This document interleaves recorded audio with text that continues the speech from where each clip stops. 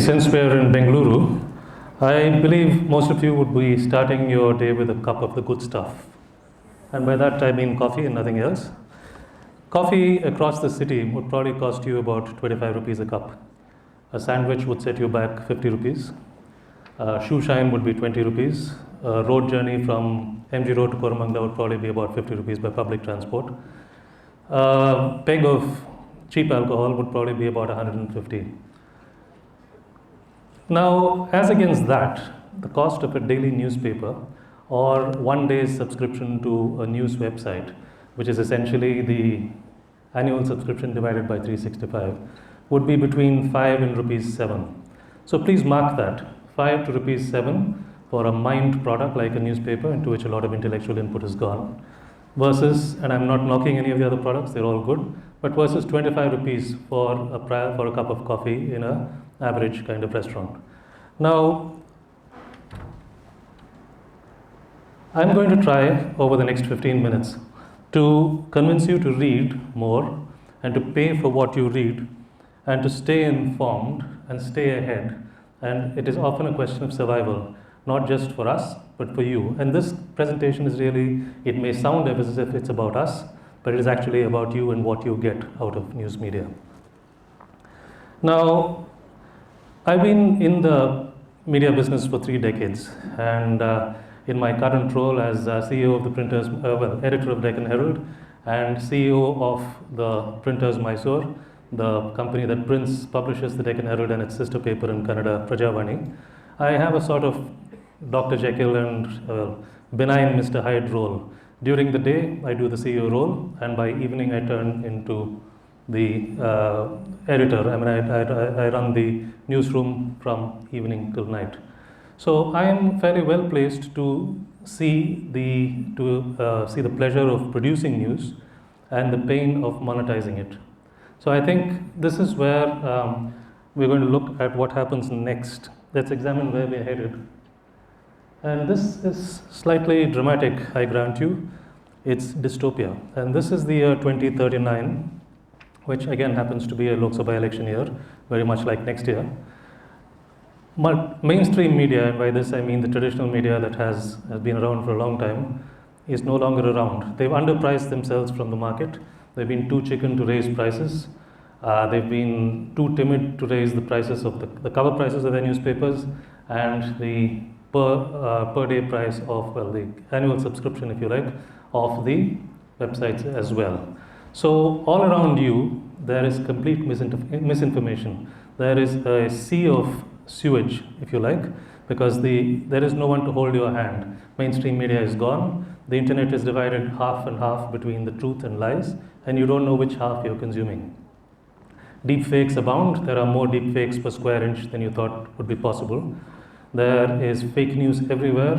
What was a fine art in 2023 has become complete mass production in 2039, and you see a lot of it all around you, and coming into the election you almost invariably make the wrong choice. And it's not just for the election, after that also you make wrong choice after wrong choice because you have no one reliable to listen to. Now the more dramatic minded or the more poetic minded among us, well, the more dramatic would say that there's a tombstone for news in 2039. And in fact, and I'm going to just read this out, this is what the really dramatic or the melodramatic among us would say.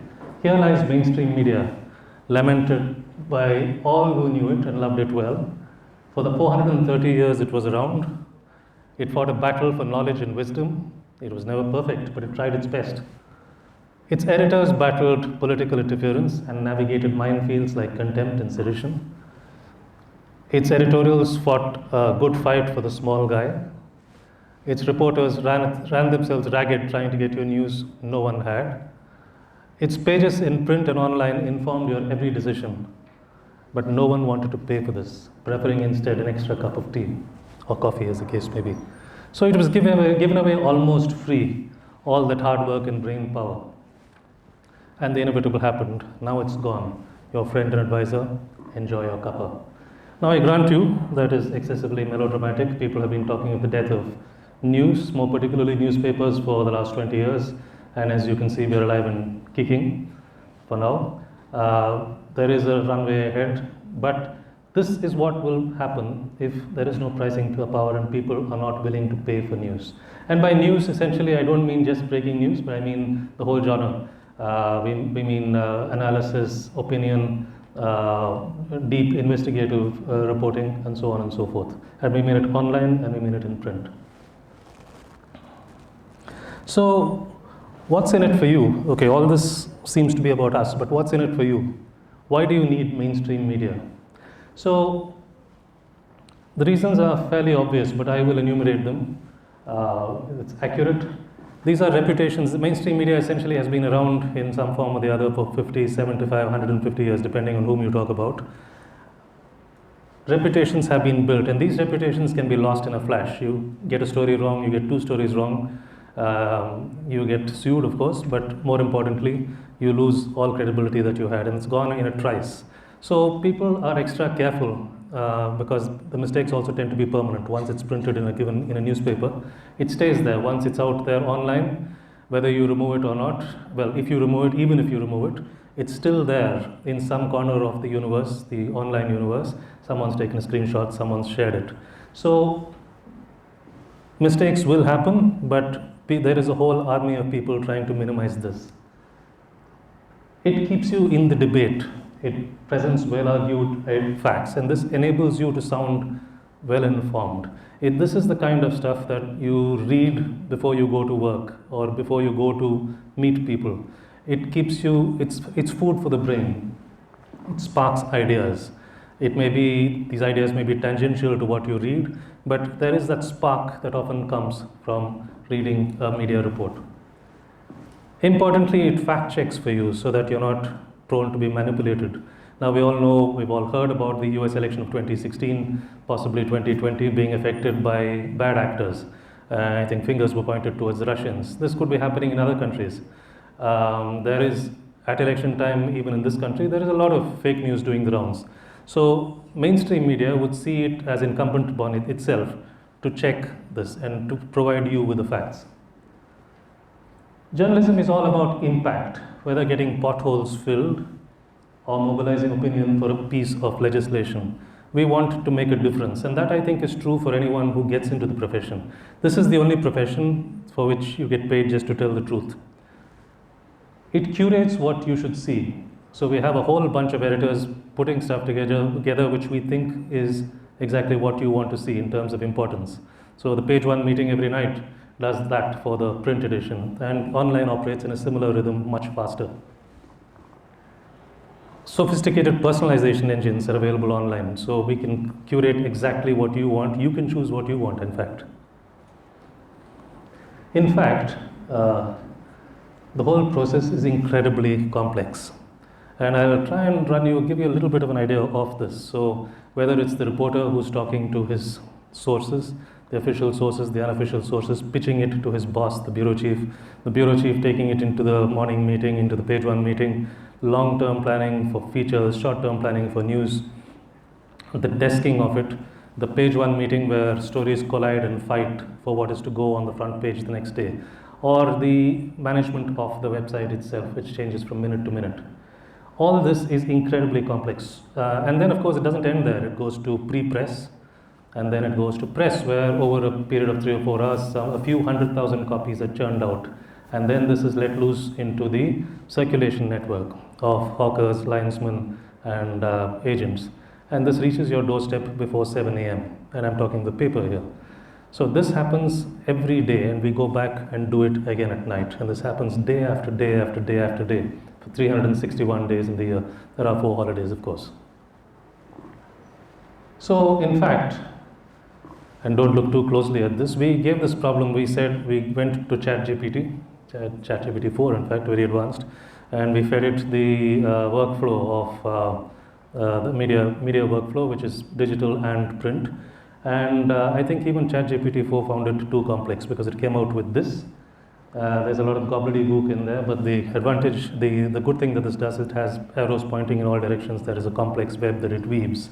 And this essentially tells you how difficult it is. In fact, I've been in this business for, as I said, and even now I find it like a minor miracle that a paper comes every night and every morning. How does the industry reward itself for all this? Now, the sad answer is it doesn't reward itself very well. In fact, it rewards itself very poorly.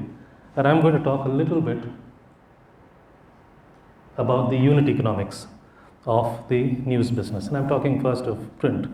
Now, it costs between 30 paisa and 40 paisa for us to print a page in a newspaper.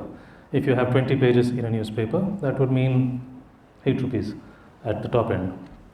As against this, people are selling newspapers for 5, and in our case, we sell it for 7 and 8 on weekends, but a very nominal price. So it's costing you 8, and that doesn't include salary costs, by the way. This is just the production of it. This is costing you 8, and then it's being sold for between 5 and 7. This, in addition to that, there is also 40%, up to 40%, that the trade, the hawkers, the linesmen, and the agents get. So what the media group is left with at the end of all this is not very much.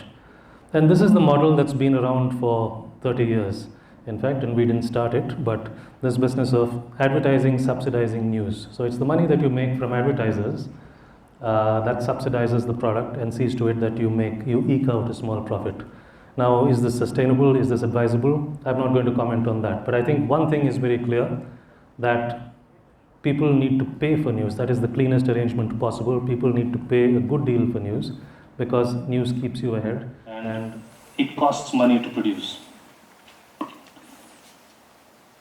News, in fact, has been completely devalued by this whole system of being subsidized by ads. I think news is seen as what goes between the ads very often. That is not really how it should be. And unfortunately, it's a trap the industry got itself into. And getting out of it requires a humongous effort. Now let's look at this other interesting line graph. Go back to 1990, if you will, and take a consumable item. It could be a packet of biscuits, and there is a newspaper. Both of them are at 2 rupees at that point, right? And then just apply the rate of inflation year after year after year after year. And you will find that the packet of biscuits, just by inflation, by no action of its, the producers, they're not raising prices for any other reason. Just assume that they go with inflation. It's now 18 rupees in 2022, and this is a very basic product. The newspaper, on the other hand, as you can see behind me, has stayed at around 5 rupees in many cases, 6, 7. I've taken 5 here. So it's about 1/4 the price of a pack of biscuits. And that pack of biscuits has gone from 2 rupees to 18 or 20 rupees in the same period of time. So clearly, something is broken. The only solution for this is to value our product better. Now, I'm trying to convince you to pay more for your news, but then it's incumbent on the media industry to do something more to deserve extra payment, if you like. So what are some of the things that the media industry could do? So a lot of talk is there about technology and how it's making things different for the media industry.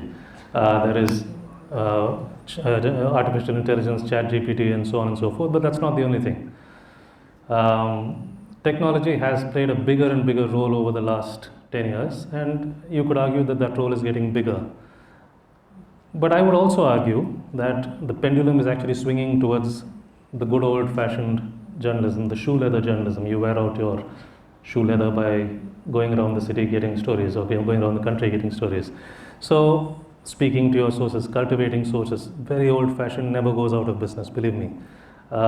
Writing well, writing for impact, editing well, getting out, maintaining the normal checks, legal checks, double checks, triple checks for factual accuracy, and speed. All this is back in fashion and will be increasingly more so. It will be the differentiator between a bad media group and a good media group. Now, we could also use the platforms that are already available to us to reach you differently. Imagine that we had only e-paper editions, and this is not something that's being planned, but I'm just putting this out there. You could do 3 editions in a day where a paper could look exactly like a digital product could look exactly like a newspaper. You would get that feel, but you would also get the immediacy, and you would have the option of seeing 3 editions, a morning edition, an afternoon edition, and an evening edition. If the media group was rolling in money, it would probably give you a free tab to see these editions on. AI for translation. Now AI is a real beast. It can translate instantly into say 15, 20 languages. You will need a quality check after that, but this is getting better day after day after day, and we've seen some of those models. This can help us reach more people. It can help people who are currently excluded from large parts of content to come into the fold. What about communities? Communities, there are many communities that are underserved. Maybe the LGBTQIA plus community, or people with interests who feel that they are not getting their due from the mainstream media. Now technology and the determination on the part of the editors could make this possible. Sentiment gauges. Can you build something that understands what the country is thinking? Build a product that understands what the country is thinking. I'm not talking of an opinion poll here, but something slightly more sophisticated. Could we use AI better in fact checking? As I said, there is, and I use the term, a sea of sewage of fake news out there, and by 2039 or earlier, we'll be awash with it. In fact, it's lapping at our ankles even now. But can we use AI to do better fact checking? I think what ties all of these together is that it keeps the reader at the center. We care about you, and we think that you are the most important person in our lives. And I mean that very genuinely. So I'm going to leave you with a single thought. And that thought is that wake up and smell the coffee. Because news is important for you, reading is good for you, reading news is good for you, and paying for news media is the only thing that will keep it alive. So we're standing in Bangalore now, we're sitting in Bangalore. I think I'll use a lingo from the startup industry and say that the valuation of news is excessively low. I think it needs a leg up, and I hope I have convinced you that you can pay a bit more for it. Whether you would consider paying 25 rupees for a copy of the newspaper or a day's subscription of the website, I leave it to you. But I hope I've been able to convince you. Thank you very much.